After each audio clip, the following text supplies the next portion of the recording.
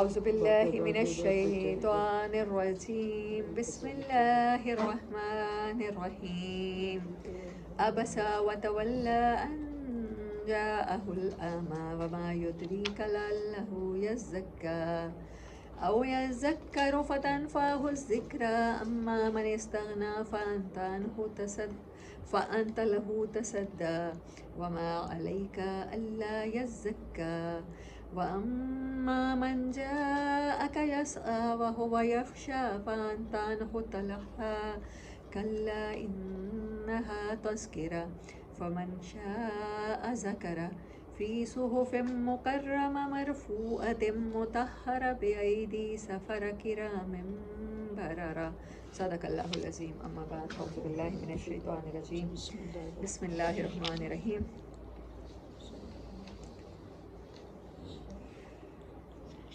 اس کا سبب نزول ایک واقعہ ہے. حضرت عبداللہ بن ابی مکتوم نابینا صحابی ہیں. نبی صلی اللہ علیہ وسلم کی مجلس میں آئے اور نبی صلی اللہ علیہ وسلم قریش کے بڑے بڑے سرداروں کو وہ کہاں سنتے تھے. آپ جب بھی بات کرتے ہوٹنگ شروع کر دیتے تھے, کانوں میں انگلیاں, بدتمیزی, لیکن اس ٹائم وہ سن رہے تھے بات. آپ ان سے گفتگو کر رہے تھے اور یہ آئے ہیں اور انہوں نے کہا ہے یا محمد علمنی ما علم اللہ, مجھے سکھاؤ جو اللہ نے تمہیں سکھایا ہے. سورۃ حجرات میں جب بدو آ کے کہتے تھے کہ آپ ہماری طرف باہر نکلی, اللہ نے کتنا زیادہ سختی سے ڈانٹ پلائی ہے. کیا بتایا ہے کہ نبی صلی اللہ علیہ وسلم کی آواز سے جس کی آواز اونچی ہو گئی, ان کی بات سے جو اپنی بات کو اوپر رکھے گا تو اس کے سارے اعمال اسے پتہ بھی نہیں چلے گا, ضائع ہو جائے گی. اور کہا کہ ایسے نہ پکارا کرو ایک دوسرے کی طرح, کیجول ٹاک مت سمجھو ان کے ساتھ بات کرنا. ان کا ادب اس سے کہیں زیادہ ہے جتنا تم سمجھ رہے ہو. لیکن یہاں پر حضرت عبداللہ بن ابی مکتوم یہی کہتے ہیں, 3-4 بار کہا. نبی صلی اللہ علیہ وسلم کو پتہ تھا کہ وہ نابینا ہے. اب ٹیچر کے چہرے پر ناگواری تو آ جاتی ہے, آتی ہے کہ نہیں آتی. ہم کسی کے ساتھ امپورٹنٹ بات کر رہے ہیں اور کوئی بات میں ٹوکے, بار بار ٹوکے, تو پھر ہم کیا کرتے ہیں, ہم کہتے ہیں تھوڑی دیر ذرا تمیز اختیار کرو, ذرا صبر کر لو, میں ابھی آپ سے بات کرتی ہوں, جو جن سے بات کر رہی ہوں امپورٹنٹ بات ہے. اب ایک غیر مسلم آئے کسی مسجد کے امام کے پاس. میں آپ کو ایک مثال دیتی ہوں. مسجد کے امام کے پاس آئے اور دین کے بارے میں ایسی بات پوچھنا چاہ رہا ہوں کہ جس کے بعد اس نے ابھی کلمہ شہادت پڑھنا ہے. وہ پوچھے گا اور مسلمان ہو جائے گا, اس کی بات سننا امپورٹنٹ ہے. یا ایک مسلمان جو عمرے پر جانے والا ہے, وہ حج ذرا عمرے کے مسائل پوچھنے آیا بیٹھا ہے, تو انتظار کس کو کروانا چاہیے؟ کس کو؟ مسلمان ہونا. مسلمان ہونے والے کو تو پہلے ابلائج کیا جائے گا, اس کا انتظار ہوگا. جی, اس کا انتظار ہوگا مسلمان کا, کیونکہ وہ تو مسلمان ہے. آپ صلی اللہ علیہ وسلم نے بالکل یہی کیا ہے. لیکن اس کے باوجود رحمت للعالمین کو اللہ قرآن میں یا محمد نہیں کہتا, یا ایھا النبی ہو, یا ایھا النبی ہو. آپ سورۃ طلاق پڑھ چکے ہیں, اور کس صورت میں شروع ہوتی ہے اسی طرح میرے خیال میں سورۃ تحریم بھی. ایسے کر کے اللہ تعالیٰ بلا رہے ہیں, اور عبداللہ بن ابی مکتوم ایسے بلاتے جا رہے ہیں, اور وہ لوگ اوفینس ہو رہے ہیں. وہ تو پہلے کہا کرتے تھے کہ آپ کی مجلسوں میں یہ لوگ بیٹھیں گے تو ہم آپ کی بات نہیں سنیں گے. اتنا گریٹ موقع تھا, اس کے باوجود اللہ نے یہ کیوں بتایا ہے؟ میں اس صورت کو پڑھتے ہوئے ہمیشہ بہت زیادہ ڈرتی تھی, اور مجھے تھا کہ میں حفظ کروں گی تو میں اسے کیسے کروں گی, کیونکہ مجھے ایسے لگتا تھا کہ یہاں پر خدا نخواستہ نبی صلی اللہ علیہ وسلم کو کسی بھی طرح سے آپ کو طریقہ سکھایا گیا ہے. ایسا ہے ہی نہیں, ایسا ہے ہی نہیں. قرآن میں آتا ہے کہ آپ اللہ کی مہربانی سے نرم دل ہیں. سورۃ آل عمران میں جب غزوہ احد کے بعد مسلمانوں کو پتہ تھا کہ ہم نے جگہ چھوڑی ہے اوپر سے اور ہمیں شدید ڈانٹ پڑے گی, اور 70 لوگ شہید ہوئے ہیں جن میں حضرت حمزہ شہید ہوئے ہیں, سید الشہداء, تو ہمارے ساتھ کیا بنے گا؟ تو اس میں اللہ تعالیٰ کہہ رہے ہیں کہ آپ ان کے ساتھ نرم ہیں, تبھی یہ آپ کے ارد گرد ہیں. اگر آپ سخت دل ہوتے تو یہ ہٹ جاتے آپ سے. آپ کے اخلاق کی اللہ تعالیٰ نے صفت بیان کی ہے. پھر یہاں پر اللہ تعالیٰ نے کیوں اس بات کو کیا؟ تاکہ قیامت تک آنے والے وہ لوگ جب جو منصب پہ ہوں, ممبر کے منصب پہ ہوں, عالم کے منصب پہ ہوں, اولیاء کے منصب پہ ہوں, لوگوں کو اللہ سے جوڑنے کے منصب پہ ہوں, جب ان سے کوئی پوچھے, کوئی کوشچن کرے یا ان کو انوائے کرے, تو انہوں نے انوائے نہیں ہونا. جب آپ صلی اللہ علیہ وسلم کو یہ کہہ دیا گیا تو آپ اور میں کیا چیز ہے، بلکہ ہمیں ہی سکھانے کے لیے انہیں کہا گیا. بسم اللہ الرحمن الرحیم. جی 80 نمبر صورت ہے اور اس کی آیات ہیں 42. کیا ہے؟ ہاں 42 آیات ہیں. بسم اللہ الرحمن الرحیم. عبس وتولا، ماتھے پہ تیوری آئی اور منہ پھیرا. آپ نے بس ایسے نظر اٹھا کے انہیں دیکھا ہے. آپ کو یہ بھی پتا ہے کہ وہ نہیں دیکھ سکتے، لیکن چہرہ مبارک پر جو ناگواری آئی ہے. ان جاءہ الاعمی، کہ آ گیا ہے اس کے پاس اندھا. وما یدریک لعلہ یزکی، اور آپ کیا جانے ہو سکتا ہے اس کا تزکیہ نفس ہو جائے. نبی صلی اللہ علیہ وسلم کو کہا جا رہا ہے کہ آپ نہیں جج کر سکتے کہ کس کا اسلام فائدہ مند ہوگا، کس کا مسلمان ہونا اسلام کے لیے بینیفیشل ہے، کس کا نہیں ہے، کون ٹھیک مسلمان ہوگا اور کون دل سے نہیں ہوگا. یہ آپ بھی جج نہیں کر سکتے. اب پتہ چلا کہ یہ ہمیں بتایا جا رہا ہے کہ ہم فوراً سے پہلے دوسرے کو جج کرنا شروع کر دیتے ہیں. اس کا کوئی گناہ دیکھا نہیں، اس کا کوئی عیب ہماری سمجھ میں آیا نہیں، کوئی کسی چیز کا اس نے ہمارے سامنے ہمارا حال بانٹا، اس نے کنفیس کر لیا کسی گناہ کا، اور ہم نے اس کے بارے میں سوچنا شروع کر دیا. وما یدریکا، آپ کو ادراک بھی کیسے ہو سکتا ہے لعلہ یزکی، کہ وہ کس حد تک پاکیزگی اس کے اندر ہے. شاید وہ کتنا ہی پاکیزہ ہو جاتا. او یذکرو، یا آپ کے یاد دلانے سے فتنفعہ ذکرا، یہ ذکر کتنا فائدہ دے جاتا. آپ جن لوگوں کو پراؤڈ ایروگنس لوگوں کو سنانے کی کوشش کر رہے ہیں، آپ چاہتے ہیں کہ ایلیٹ مان جائے، تو ہو سکتا ہے یہ لوگ مانے ہی نہ.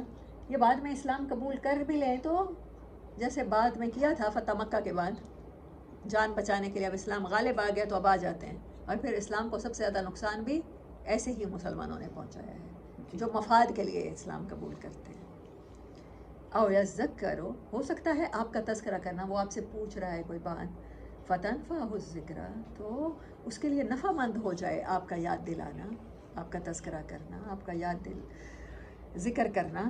اما من استغنی، ہاں جس نے بے پرواہی برتی، فانت لہ تصدی، اور آپ اسی کی طرف توجہ کرتے ہیں. تصدی ہوتا ہے کسی چیز کا بار بار پلٹ کے کسی چیز کی طرف جانا، لٹرل میننگ یہ ہوتا ہے. آپ اسی کی طرف توجہ کرتے ہیں. وما علیک الا یزکی، اور آپ کے اوپر تو کوئی فرض ہی نہیں ہے اس کی تزکیہ کرنا. آپ تو کسی کے تزکیے کا، یہ جو ہدایت دینا نہ دینا، کسی کا مسلمان ہونا نہ ہونا، کسی کا دل ٹھیک ہونا نہ ہونا، یہ اللہ نے اپنے ہاتھ میں رکھا ہے. دیکھیں اگر دل اللہ نے اپنے ہاتھ میں نہ رکھے ہوتے، دنیا میں کتنے لوگ مسلمان ہوتے ہیں. کتنی انگریز عورتیں مسلمان مردوں سے نکاح کرنے کے لیے مسلمان ہوتی ہیں. ایسا ہوتا ہے کیونکہ دل اللہ کے ہاتھ میں ہے. ان کو ایسے لگتا ہے اس شخص سے محبت ہو گئی ہے، اصل میں اللہ اپنی طرف پلٹانا چاہ رہا ہوتا ہے. پھر اس کی محبت میں مسلمان مرد یا مسلمان عورت کہتی ہے مجھ سے نکاح کرنے کے لیے آپ کو اپنا دین چھوڑنا پڑے گا اور مسلمان ہونا پڑے گا. وہ مسلمان ہو جاتے ہیں. 80% لوگ مسلمان اسی طرح ہوتے ہیں، دل کے ہاتھوں، اور اسی لیے دل اللہ نے اپنے کنٹرول میں رکھے ہوں. اسی لیے اللہ کہتا ہے دلوں میں چاہت ہو ہی نہیں سکتی کسی چیز کی جب تک میں نہ چاہوں. یہ اسی لیے اللہ یہ چاہت پیدا کرتا ہے. ہو سکتا ہے ہماری اولادوں کے یا ہمارے نصیب میں وہ بندہ آ جائے جو ہماری وجہ سے اللہ کی طرف آ جائے. اس سے بڑی خوش بختی کیا ہو سکتی ہے. لوگ مانگتے پھرتے ہیں کہ کوئی ہمارے ہاتھ پہ مسلمان ہو جائے، اور کوئی آپ کی وجہ سے اللہ کا ہو جائے. کسی کو آپ سے محبت ہوئی، اس کو پتہ چلا کہ آپ کا دین نکاح پہ زور دیتا ہے، اور آپ کا دین کہتا ہے گرل فرینڈ بوائے فرینڈ کا ریلیشن نہیں ہو سکتا، اور آپ کا دین کہتا ہے کہ پہلے مسلمان ہوں گے تو پھر نکاح ہوگا، اور پھر وہ آپ کی وجہ سے مسلمان ہوگا. اللہ اکبر. یہ بڑی سعادت کی باتیں ہیں، یہ ہر کسی کو نصیب نہیں ہوتی. وما علیک الا یزکی، یہ ہے کہ کسی انسان، جب آپ کے بس میں نہیں ہے تو کسی انسان کے بس میں نہیں ہے کہ وہ دوسرے کو ہدایت دے. وَأَمَّا مَنْ جَاءَكَ يَسْعَىٰ، اور جو دوڑ دوڑ کے آپ کی طرف آتا ہے، وَهُوَ يَخْشَىٰ، اور اس کے دل میں خوف خدا بھی ہے. فَأَنْتَ عَنْهُ تَلَهَّىٰ، تو آپ اس سے بے پرواہی برتتے ہیں. کلا ہرگز نہیں، ایسے لوگوں سے بے پروائیاں نہیں برتنی چاہیے. انہا تذکرہ، یہ قرآن پر حق ہے ہر کسی کا کہ اس کو سنایا جائے. ہو سکتا ہے آپ کی نظر میں وہ ان امپورٹنٹ ہے، لیکن وہ شخص ہو سکتا ہے کہ وہ ٹیچر اس کو بالکل توجہ نہ دے رہا ہو، بیک بینچر ہو، ٹیچر اس سے انائے ہو رہا ہو، کلاس میں بار بار ڈانٹ رہا ہو. میں خود بعض دفعہ انائے ہو جاتی ہوں. مطلب مجھے لگتا ہے کہ کوئی بھی کلاس میں بولے گا تو میں جو میں پڑھ کے آئی ہوئی ہوتی ہوں مجھے بہت سارا بھولنے لگ جاتا ہے. تو ہو سکتا ہے فیس پہ آ جاتی ہو، نظر آ جاتا ہے. تو ہم کوشش تو کرتے ہیں کہ الفاظ نہ استعمال کرنے پڑیں کہ اس اسٹوڈنٹ کو ایک دفعہ آنکھ بھر کے دیکھ لیں اور وہ ٹھیک چپ کر کے بیٹھ جائے. ملیکہ کے ساتھ تو میں 10 دفعہ یہی کچھ کر رہی ہوتی ہوں کلاس میں. آپ کے ساتھ بھی؟ جی. تو ایسے لگا ہے کہ مجھے ہی بتایا گیا ہے. میں تو ہر آیت کو ایسے سمجھتی ہوں یہ میرے لیے ہے. فانتان ہو تلہا، آپ کو کیا پتا کہ وہ جس کی طرف آپ بے توجہی کر رہے ہیں وہ زیادہ اچھا مسلمان ہو، اس کا دل زیادہ اچھے سے بدل جائے. کلا انہا تذکرہ، یہ تذکرہ ایسا ہے کہ یہ سننے کا حق ہر انسان رکھتا ہے. فمن شاء ذکر، جو چاہے سنے. یہ اوپن ہے، یہ ایسی نعمت ہے پانی کی طرح، آکسیجن کی طرح، یہ ہر کسی کے لیے ہے. لیکن مجھے یہ بتائیں، پاکستان کا مسلمان قرآن شریف کی طرف نہیں آتا. علماء کیا کہتے ہیں؟ خود سے پڑھ لیا نا اور خود سوچ میں یہی بن گئی ہے، تو ہو سکتا ہے آپ آیت کو کسی غلط طریقے سے انٹرپریٹ کریں، وہ آپ کی الٹا ہدایت کے بجائے کس کا سبب بن جائے؟ گمراہی کا سبب بن جائے. تو ایتھینٹک عالم، مستند عالم کے سوا کسی سے قرآن نہ پڑھیں. جب تک مستند عالم آپ کی زندگی میں نہیں آتا تو قرآن بند ہی رہنا چاہیے. مشکل ہو جاتا ہے. کیا ہی بات ہے. اللہ کہہ رہا ہے فمن شاء ذکر، جس کا دل چاہے اس کی طرف آئے، جس کا دل چاہے اس کو کھول کے پڑھے. ہدایت دینا، دل بدلنا میرے ہاتھ میں ہے. کتنے ہی غیر مسلم ہیں مستند عالم کے پاس جاتے ہیں، پڑھتے ہیں. یہی 9/11 کے واقعے کے بعد کہ اچھا قرآن اسلام ایسا مذہب ہے جو مسلمانوں کو ٹیررسٹ بناتا ہے، تو پڑھ کے دیکھیں ان کی کتاب. کریوسٹی میں پڑھی ہے، اس کتاب کے خلاف بولنے کے لیے، اس کی توہین کرنے کے لیے پڑھی ہے، لیکن پڑھتے ہی اللہ نے ہدایت دے دی ہے، دل بدل دیے. فمن شاء ذکر، یہ اسی کے لیے نصیحت ہے جو چاہتا ہے نصیحت حاصل کرنا. یہ اس کے لیے ریمائنڈر ہے جو ریمائنڈ ہونا چاہتا ہے. یہ اس کے لیے ہدایت کا سبب بنے گا جو اس سے گائیڈنس لینا چاہتا ہے، جو سمجھتا ہے علماء کے ہاتھ میں ہدایت ہے. اس کے لیے قرآن کبھی بھی ہدایت نہیں بن سکتا. میرے کہنے کا مطلب یہ تھا. جب تک آپ قرآن کے ساتھ اپنا ذاتی تعلق نہیں بنائیں گے. اس کے لیے پتہ مثال کیا دیتے ہیں؟ بڑا عرصہ ہمیں بھی یہی مثال دی جاتی ہے اور ہمارا کنسیپٹ بھی یہی تھا کہ آپ ہارٹ پیشنٹ ہیں تو جائیں گے کس کے پاس؟ ہارٹ کے اسپیشلسٹ کے پاس، سرجری کرانے کے لیے. تو عالم جو ہوتا ہے وہ دین کا اسپیشلسٹ ہوتا ہے، اس کے پاس جانا چاہیے. خود سے نہ قرآن کھول لینا، گمراہ ہو جاؤ گے. یار اس کے اسپیشلسٹ کے پاس جب جاتے ہیں جب ہمیں کوئی پرابلم ہوتا ہے، اور جب ویسے بھی ہمیں جب کوئی پرابلم ہوتا ہے تو ہم مفتیوں کے پاس ہی جاتے ہیں. قرآن کھولنے کی زحمت کب کرتے ہیں؟ لیکن قرآن کی مثال کسی چیز کے اسپیشلسٹ کے ساتھ نہیں دی جا سکتی، کیونکہ اس دین کے اسپیشلسٹ اللہ نے بنائے ہی نہیں ہیں. احبار اور رہبان تو پچھلی قوموں میں تھے، حضرت عیسیٰ اور حضرت موسیٰ کے دور میں. ان کو تو اللہ نے کس چیز سے تشبیہ دی ہے؟ گدھے کے اوپر کتابیں نہ دی ہوئی.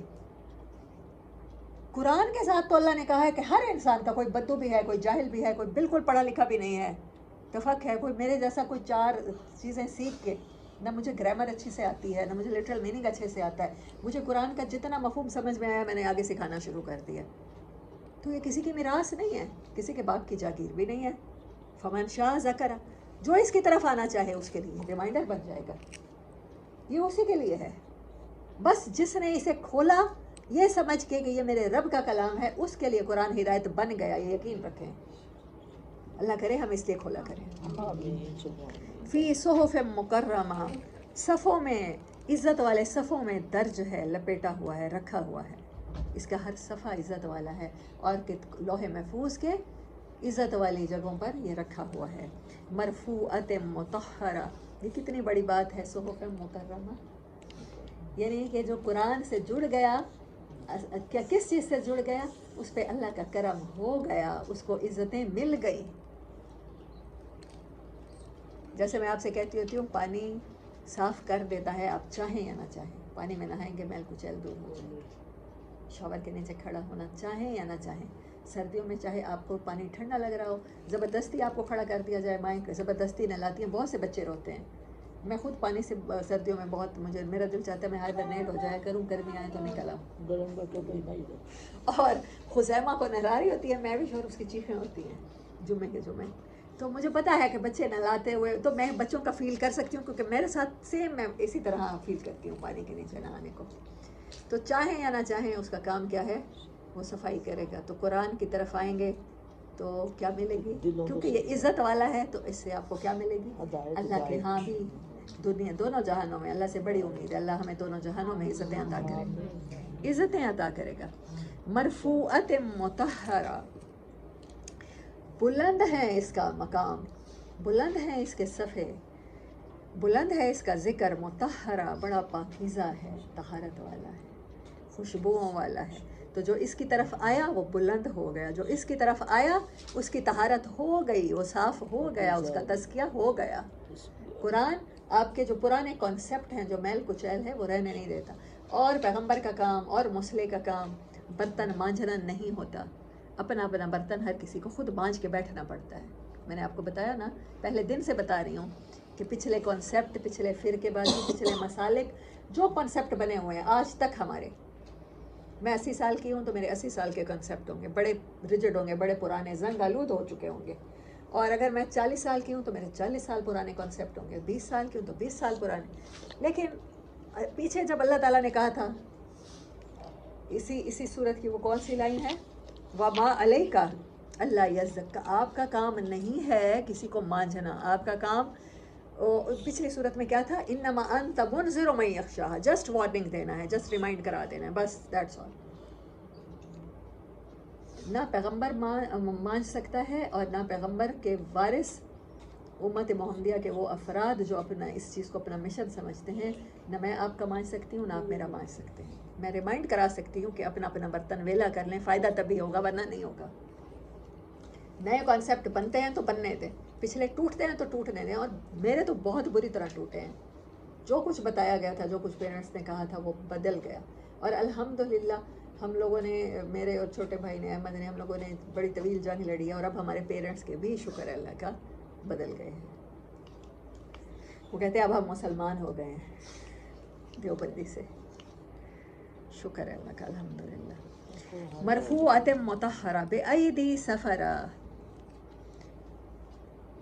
نیک معزز لوگوں کے ہاتھوں میں ہے.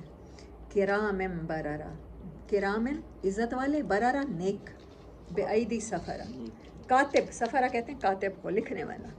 بأیدی ید, ہاتھ. کرام بررہ, جو بڑی عزت والے ہیں, جو بڑے نیک ہیں. ابرار, بر نیکی کو کہتے ہیں, ابرار اسی کی جمع ہے, نیک لوگ. اچھا, یہ بات قرآن پاک کے بارے میں کرنے کے بعد, اسی سے اس کو مصحف کہتے ہیں. قرآن پاک میں, پاکستان میں یہ بہت کم نام لیا جاتا ہے. ہم کہتے ہیں قرآن پاک اٹھا دو, باقی پوری دنیا میں کہا جاتا ہے مصحف اٹھا دو. یعنی قرآن کا ایک نسخہ ہے نا, اسے ہم لوگ کہتے ہیں, تو ہم نسخہ کہہ دیتے ہیں یا کچھ بھی کہہ دیتے ہیں, تو وہ مصحف کہتے ہیں. یہ یہاں سے ہے, صحف مقررہ, یہ مصحف ہے. قتل الانسان ما اکفرہ, قرض کیا اللہ نے, ہلاک ہو انسان, کیسے ان چیزوں, کیسے قرآن کا انکار کرتا ہے. قرآن پڑھنے کے بعد بھی نہیں بدلتا, وہ اپنے آپ کو ٹھیک کرنا ہی نہیں چاہتا. من ای شیء خلق, اسے یاد بھی ہے کہ وہ کس چیز سے پیدا ہوا ہے, کچھ خیال بھی آتا ہے. من نطفۃ, نہیں آتا تو میں یاد دلاتا ہوں. ہاں, اللہ نے انسان کی اوقات کتنی بار بتائی ہے قرآن میں, من نطفۃ کہہ کر. کبھی ڈسٹ کہی ہے, من طین لازب, کبھی کہی ہے من تراب, کبھی ڈسٹ سے, کبھی وہ لیس دار مٹی کے گارے سے جس سے بدبو آ رہی ہوتی ہے, اس سے پیدا ہوا ہے. اور ایک گندا فلوئڈ جس کو کپڑوں پہ لگ جائے تو کپڑے ناپاک دھو جی. من نطفۃ خلقہ فقدرہ, اسی سے میں نے پیدا کیا اسے, پھر اس کو تقدیر والا بنا دیا, اس کو اندازے کے ساتھ بڑا خوبصورت بنا دیا. تقدیر بڑی چیز ہے, اور تقدیر کا مفہوم میں آپ کو بتاتی رہتی ہوں. مطلب وہ اندازہ, ایک حد جو ہر کسی کی ایکسپائری ڈیٹ ہوتی ہے, ہر کسی کو جو ملنا ہوتا ہے, جیسے میں نے آپ کو بار بار مثال دی کہ جیسے میں اپنی فرینڈ کو بھیجوں کہیں اور اس کا انتظام کر دوں، یہ انتظام ہے، اس کی دنیا کے رہائش کا انتظام کے ساتھ اسے پیدا کیا. ثم السبیل یسرا، پھر اس کے لیے زندگی کے راستے آسان کیے، اس کے لیے راستے آسان کیے. پیچھے گزر گئی ہے وہ سورت جس میں اللہ تعالیٰ نے کہا اما شاکرن او اما کفورا، گزر گئی ہے، مجھے یاد نہیں آ رہی کس سورت میں تھا. ہاں سورت انسان میں، سورت انسان میں، سورت دہر میں، اما شاکرن او اما کفورا انا ہدیناہ السبیل، انا ہدیناہ السبیل اما شاکرن او اما کفورا هل اتى على الانسان حين من الدهر لم يكن شيئا مذکورا. پھر امشاج نبتلیہ، پھر اس کے بعد کہا کہ پھر اسے ہم نے راستہ دکھایا کہ اب چاہے تو جو راستہ اختیار کرتے. اب یہاں پہ اللہ کہہ رہا ہے ثم السبیل یسرا، بڑی آسانی کے ساتھ اس کو لاجکس کے ساتھ سمجھا دیے راستے، اس کے لیے زندگی میں اللہ کے ماننا بھی آسان کر دیا. ثم اماتہ فاقبرہ، پھر اس کو موت دی اور پھر اس کو قبر میں ڈالا جائے گا. ہو سکتا ہے بہت سے لوگ کہتے ہیں کہ پھر قبریں نصیب نہیں ہوتی جو حادثوں میں مارے جاتے ہیں، جو ڈوب کے چلے جاتے ہیں. آخر تو زمین کی تہہ میں جاتے ہیں، جب قیامت کے دن تو نکلیں گے تو اسی زمین سے، چاہے پارٹس ہیں یا پارٹیکل ہیں. ثم اماتہ فاقبرہ، پھر اس کو موت بھی دی اور اس کو قبر بھی دی، قبر میں پہنچایا. ثم اذا شاء انشرہ، پھر جیسا چاہا اس کو دوبارہ اٹھا کے کھڑا کر دیا. انشرہ کہتے ہیں دوبارہ اٹھا کھڑا کرنا، نشر کرنا، پھیلا دینا، پھیلا دینا، سوری اس کا مطلب ہوتا ہے پھیلا دینا. انشرہ، انشاء کا مطلب ہوتا ہے نشو نما دینا، اس کو بڑھانا، بڑھوتری دینا، گروتھ ہے. اب آسا کا مطلب ہوتا ہے اس کو دونوں طرح کی زندگیاں دینا، اس کو کہیں اپوائنٹ کرنا. اور انشرہ کا مطلب ہوتا ہے نشر کرنا، پھر پھیلا دینا. پھر ہم جب چاہیں گے اسے پھیلا دیں گے. حشر کے میدان میں سب کی براڈ کاسٹ چل رہی ہوگی، نشر ہو رہے ہوں گے. کلا، ہرگز نہیں، لما یقضی ما امرا، اسے یاد ہی نہیں، اس نے قضا کر دیا جس بات کا ہم نے اسے حکم دیا تھا. اس نے اپنی ڈیوٹی قضا کر دی، اسے پتہ ہی نہیں چلا پوری زندگی کہ میرا مقصد حیات کیا تھا، میرا دنیا میں آنے کا کیا اپوائنٹمنٹ، مجھے کس لیٹر کس بیس پہ ملا تھا، میں نے ڈیوٹی کیا کرنی تھی، باس کو کیسے راضی کرنا تھا. اللہ کہتا ہے کلا، بہت بڑی بات ہے، لما، ہرگز نہیں، جب بھی اسے اس دنیا میں بھیجا گیا، جب بھی انسان مین کائنڈ کو آزمایا گیا، لما یقضی ما امرا، وہ کام اس نے کیے ہی نہیں جس کے کرنے کا اسے حکم دیا گیا تھا، اس نے پورے ہی نہیں کیے. فَلْيَنظُرِ الْإِنسَانُ إِلَىٰ طَعَامِهِ، جو میں آپ سے کہہ رہی تھی، کیا انسان نے کبھی اپنے کھانے کی طرف بھی دیکھا ہے؟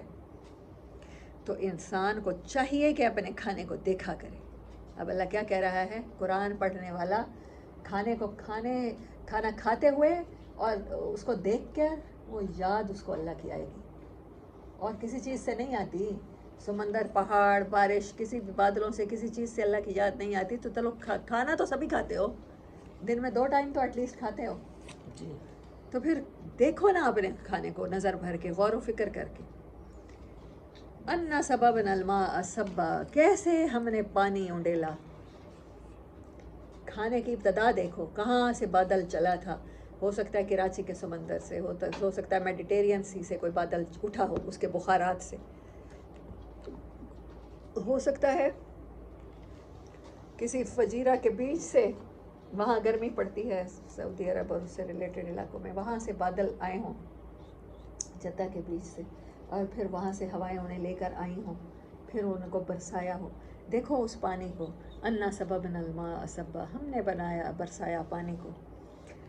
ثم شققنا الارض شقا، پھر اس کے بعد کیا کیا، صرف پانی برسانے سے نہیں انسان کی خوراک بنی، پھر ہم نے زمین کو پھاڑا جیسا کہ پھاڑنا چاہیے. عجیب طرح سے ہم نے پھاڑا. کبھی خودرو چیزیں انسان کھاتا ہے اور کبھی اس کے لیے کھیتیاں لگائی جاتی ہیں، کھیتوں کو پانی لگوایا. پھر میں نے فَأَنبَتْنَا فِيهَا حَبًّا، پھر اس میں سے گرینز اگائے، وَإِنَبًا وَقَضْبًا، اور پھر اس میں سے انگور اور ترکاریاں، جتنی بھی سبزیاں ہوتی ہیں، وَزَيْتُونًا وَنَخْلًا، اور زیتون اور کھجور کے باغات. ہر کسی کی فارمیشن زمین ہے. فلسطین والی سائڈ پہ انگور ہوتا ہے, سعودی عرب والی سائڈ پہ کھجوریں ہوتی ہیں. ہمارے ہاں جنوبی پنجاب والی سائڈ پہ چلے جائیں جہاں پر ریت ہے وہاں پر کھجوریں ہوتی ہیں. اس طرف چلے جائیں سندھ والی سائڈ پر, صادقآباد, رحیم یار خان, وہاں بھی آپ دیکھیں گے کھجوریں ہو جاتی ہیں. ملتان کی زمین کیا ہوتی ہے؟ آم اگاتی ہے. اور ملتان سے ذرا باہر نکلیں, تھوڑا سا دور جائیں تو زبردست قسم کے کنوں کے باغات یہیں بھی ہوتے ہیں. سرگودا, بالکل آنٹی نے ٹھیک کہا, سرگودا کا کنو سب سے بیسٹ, سب سے بیسٹ. خانے وال کے بھی ایسے ہیں, ملتان سے زیادہ خوبصورت. خانے وال کے باغ کا اگر کبھی آپ نے کھایا ہو نا تو پتہ چلتا ہے کہ یہ ڈیفرنٹ ہے ملتان کے. ملتان کا آم جیسا کہیں آم نہیں ہوتا نا جیسے, تو ایسے ہی سرگودا اور خانے وال کے کنو ڈیفرنٹ ہیں. پھر ہم نے اگائے مختلف قسم کے گرینز اور انگور اور سبزیاں اور زیتون اور کھجوریں. و حدائق غلبہ, حدائق کا کل میں نے میننگ بتایا تھا. حدیقہ کس باغ کو کہتے ہیں؟ والڈ آف, ہاں, پرائیویٹ. اور طرح طرح کے باغ, گھنے باغ, غلبہ ایسے جو بڑے آپ بس میں گھنے ہیں. وفاکہۃ و ابا, اور ایسے فروٹ جن کو کھا کے, فاکہہ کہتے ہیں خوش ہونا. کچھ کسی فروٹ کا ٹیسٹ اتنا مزے کا ہوتا ہے کہ آپ کا دل خوش ہو جاتا ہے کھا کے. وفاکہۃ و ابا, اور طرح طرح کے خوشنما پھل. متاع لکم ولانعامکم, اور چارہ جس سے فائدہ اٹھاتے ہو تم اور تمہارے مویشی. فَإِذَا, یہ دنیا کی ساری منظر کشی کرنے کے بعد اللہ کہتا ہے مان کیوں نہیں لیتے ہو آخرت میں؟ جس اللہ نے دنیا کا انتظام اتنا خوبصورت کیا ہے تو کیا آخرت میں پوچھے گا نہیں؟ یہ ساری نعمتیں دے کر ایک بات کہی تھی, یہ سارا تیرا اور تو میرا. جس نے فمن طغى وآثر الحیاۃ, یہی نہیں کرنا, دنیا کو پریورٹی نہیں بنانا. یہ ساری چیزیں, یہ تمہیں رشتے ناتے ملے ہیں, اولاد بھی ملی ہے, خامد بھی ملے ہیں, بیویاں بھی ملی ہیں, ماں باپ بھی ملے ہیں, بہن بھائی بھی ملے, لیکن کسی کی محبت آپ کو اللہ سے اوپر نہ لے جائے, یعنی کہ اللہ کے حکموں سے اوپر نہ لے جائے. متاع لکم ولانعامکم فإذا جاءت الصاخة, وہ ایسی آواز جو کان پھاڑ دے گی, چنگھاڑ کی آواز جب وہ آئے گی. یوم یفر المرء من اخیہ, اس دن آدمی بھاگے گا اپنے بھائی سے. اچھا, یہاں دنیا میں خطرہ ہوتا ہے تو ہم کہاں بھاگتے ہیں؟ فیملی کی طرف. ایسا ہی ہے, سب سے پہلے کیا خیال آتا ہے نا کہ فیملی کی طرف بھاگیں, کوئی بھی وہ ہے تو ان کی طرف بھاگیں اور وہاں جا کے پروٹیکشن لیں, ماں باپ کی گود میں جا چھپیں. وہاں آدمی ان سے بھاگے گا. کیسا سارکزم ہے, اور یہ حقیقت ہے. سارکزم کیا ہے؟ حقیقت ہے. اس دن آدمی بھاگے گا اپنے بھائی سے, و امہ و ابی, اور ماں سے بھی اور باپ سے. یہاں ایک ماں کا حق کرنا کتنی تسلی دے دیتا ہے. انسان جتنی مشکل میں ہوتا ہے تو زیادہ ماں باپ سے اٹیچ ہوتا چلا جاتا ہے. وصاحبتہ و بنیہ, اور اپنی بیوی سے بھی اور اپنے اولاد سے بھی, بیٹوں سے. کل امرئ منہم, ان میں سے ہر ایک شخص, یومئذ شان یغنی, ایسی حالت میں ہوگا کہ اس کو کسی کی پرواہ نہیں ہوگی. اس ٹائم وہ الٹا فرار ہو رہا ہوگا, دیکھے گا نا وہاں ماں نظر آ رہی ہے, باپ نظر آ رہا ہے, تو وہ ان سے دور بھاگے گا. کہیں یہ نہ ان کے اعمال کی مجھے سزا نہ بھوگنی پڑ جائے, کہیں یہ مجھ سے کوئی مدد نہ مانگ لیں, مجھ سے میری 4 نیکیاں نہ مانگ لیں. وہ تکلیف اتنی شدید ہوگی کہ الٹا آپ اتنے جان سے پیارے رشتوں سے دور بھاگیں گے, فرار اختیار کریں گے. وجوہ یومئذ مسفرہ, ہاں چہرے ہوں گے اس دن کچھ, اس روز جو چمک رہے ہوں گے. اللہ ان میں شامل کرے. ضاحکۃ مستبشرہ, مستبشرہ کہتے ہیں مسفرہ, اور مستبشرہ میں سے کسی ایک کا میننگ ہے کہ پیل آف کرنا. آپ کی خوشی آپ کے چہرے کے لیئر کو ہٹا کے باہر ظاہر ہو جائے, اور وہ اتنی زیادہ ہو کہ اس کی وجہ سے آپ کا چہرہ چمک رہا ہو, لٹنگ ہو فیس پر. ضاحکہ, ہنس رہے ہوں گے, دمک رہے ہوں گے. مستبشرہ, بہت خوش و خرم ہوں گے. اللہم اجعلنا منہم. ووجوہ یومئذ علیہا غبرہ, اور کچھ چہرے ایسے ہوں گے جن پر تکلیف کی وجہ سے ایسے لگے گا کہ ایسے مٹی کی نا لپیں بھر بھر کے ان کے منہ پر ڈال دی گئی ہیں. مٹی لگی نہیں ہوگی، غبار لگا نہیں ہوگا، لیکن وہ ان کی تکلیف اتنی ہوگی کہ اس کی وجہ سے ایسے لگے گا کہ ان کے چہرے پر کسی نے مٹی ڈال دی ہے. ترحقها قطرہ، ان پر خاک اڑ رہی ہوگی. اور ترحقها، رحقہ کا مطلب ہوتا ہے زبردستی کسی چیز کے اوپر ڈھیر کے اوپر ڈھیر زبردستی چڑھ جانا. قطرہ سیاہی چھائی ہوئی ہوگی.